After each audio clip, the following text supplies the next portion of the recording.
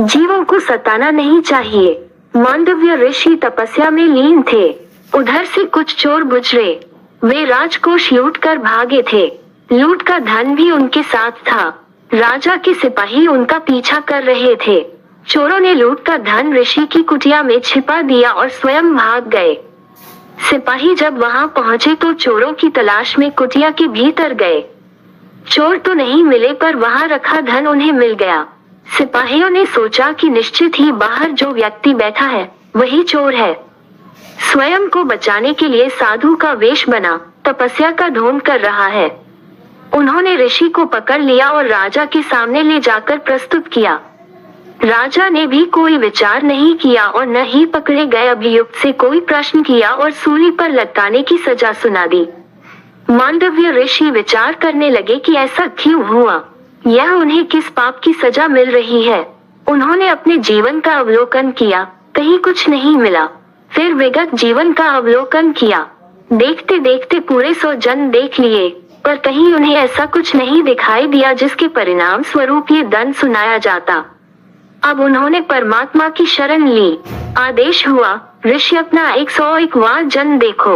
ऋषि ने देखा, एक 8-10 वर्ष का बालक है। उसने एक हाथ में एक कीट को पकड़ रखा है, दूसरे हाथ में एक कांटा है। बालक कीट को वह कांटा चुभाता है तो कीट तड़पता है और बालक खुश हो रहा है। कीट को पीड़ा हो रही है और बालक का खेल हो रहा है।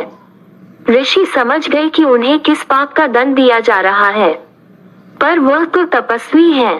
क्या उनकी तपस्या भी उनके इस पाप को नष्ट न कर पाई थी? ऋषि विचार ही कर रहे थे कि कुछ लोग जो ऋषि को जानते थे वे राजा के पास पहुंचे और ऋषि का परिचय देते हुए उनकी निर्दोषता बताई। राजा ने ऋषि से क्षमायाचना करते हुए ऋषि को मुक्त कर दिया। इतनी देर में क्या क्या घट चुका था। भगवान का न्याय कितना निष्पक्ष है, कितना सूक्ष्म है, इसे तो ऋषि ही समझ रहे थे। मन ही मन उस कीट से क्षमा याचना करते हुए वे पुनः अपनी तपस्या में लीन हो गए। नहीं होता, बस हमारा मन छोटा या बड़ा होता है। मैं गुड़गांव में एक सॉफ्टवेयर कंपनी में काम करता हूँ। हमारे ऑफिस में एक से बढ़कर एक इंजीनियर है। ऑफिस में एक चपरासी भी है जिसे हम टी बॉय भी कहते हैं। वो छोटी सी सैलरी में अपने परिवार का गुजारा करता है। देखने में साधारण दिखने वाला वो व्यक्ति यूं तो केवल एक चपरासी ही है, लेकिन कंपनी में उसकी अहमियत इंजीनियरों से भी ऊपर है। अभी कल की ही बात है, ऑफिस में पूरा स्टाफ मौजूद था, लेकिन कल शैलेंद्र टी बॉय नहीं आया था। एक इंसान जो कि मात्र एक चपरासी था, उसके ना होने से पूरे ऑफिस को बहुत ज्यादा परेशानी हुई। सुबह चाय पीने को नहीं मिली, टेबल पर पानी की बोतल नहीं थी, दोपहर का खाना भी कोई नहीं लाया। उसकी सैलरी बेशक कम है, लेकिन उसका रोल हमसे ज्यादा बड़ा है। दोस्तों, किसी की सैलरी या पैसे से उसको छोटा या बड़ा मत आंकिए। हर इंसान की अपने आप में एक अलग वैल्यू होती है। कुछ लोग मजदूर, रिक्शा वाला आदि ऐसे लोगों को छोटा मानते हैं, उनसे बात भी करना पसंद नहीं करते। भगवान ने इस दुनिया को बहुत सोच समझ कर बनाया है और बहुत संतुलित ढंग से बनाया है। हर इंसान जरूरी है, सबकी अपनी एक अलग कीमत है।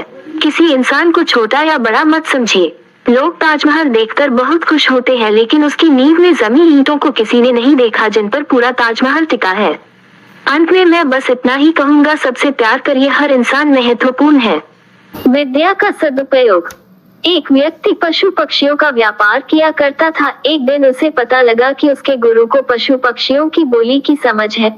उसके मन में ये ख्याल आया कि कितना अच्छा हो अगर ये विद्या उसे भी मिल जाए तो उसके लिए भी यह फायदेमंद हो। वह पहुंच गया अपने गुरु के पास और उनकी खूब सेवा पानी की और उनसे ये विद्या सिखाने के लिए आग्रह किया।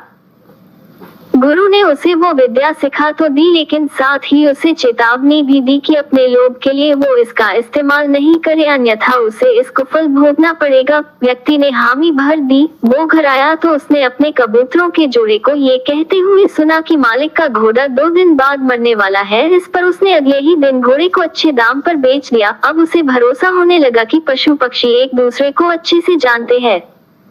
अगले दिन उसने अपने कुत्ते को ये कहते हुए सुना कि मालिक की मुर्गियां जल्दी ही मर जाएंगी, तो उसने बाजार जाकर सारी मुर्गियों को अच्छे दामों पर बेच दिया। और कई दिनों बाद उसने सुना कि शहर की अधिकतर मुर्गियां किसी महामारी की वजह से मर चुकी है। वो बड़ा खुश हुआ कि चलो मेरा नुकसान नहीं हुआ।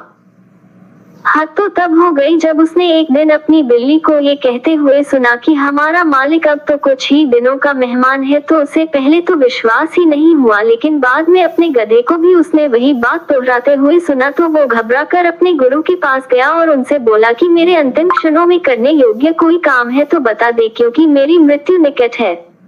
इस पर गुरु ने उसे डांटा और कहा कि मूर्ख, मैंने पहले ही तुझसे कहा था कि अपने हित के लिए इस विद्या का उपयोग मत करना, क्योंकि सिद्धियां न किसी की हुई है और न किसी की होंगी। इसलिए मैंने तुझसे कहा था कि अपने लाभ के लिए और किसी के नुकसान के लिए इनका प्रयोग मत करो।